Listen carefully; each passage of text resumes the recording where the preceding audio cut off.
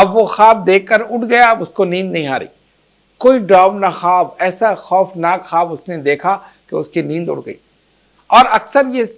معاملہ اس کے ساتھ ہوتا ہے۔ تو اس کے لیے یہ ہے کہ سونے سے پہلے 3 مرتبہ آیت الکرسی اور اول آخر درود شریف 11 مرتبہ پڑھ کر یہ اپنے ہاتھوں پر دم کرے اور اپنے اوپر دم کر کے سو جائے۔ انشاءاللہ تعالی بدخوابی سے اور نظر بد سے اور دیگر معاملات جو ہوتے ہیں ان سب سے وہ محفوظ رہے گا۔ دیکھیے اللہ کے کلام میں بڑا اثر ہے، اور یہ چیز الگ ہے کہ ہمیں اس کے استعمال کا طریقہ نہیں آتا، ہم ان چیزوں کو پڑھتے نہیں ہیں۔ پورا کلام اللہ تبارک و تعالیٰ کا اول سے آخر تک شفا ہی شفا ہے، لیکن کچھ آیات، کچھ صورتیں ایسی ہیں جن کا بطور خاص احادیث میں ذکر ہے کہ یہ فلاں چیز کے لیے ہے، یہ فلاں چیز کے لیے، یہ فلاں چیز کے لیے، تو ان کا پڑھنا جو ہے بڑا ضروری ہے۔ اگر ہم اپنا یہ معمول بنا لیں کہ سونے سے پہلے سورہ فلق، سورہ ناس پڑھ لیں، یا اگر صرف آیت الکرسی 7 مرتبہ پڑھ کر اپنے اوپر دم کر لیں، اپنے بچوں پہ دم کر لیں، تو انشاءاللہ تعالی ان تمام چیزوں سے محفوظ رہیں گے۔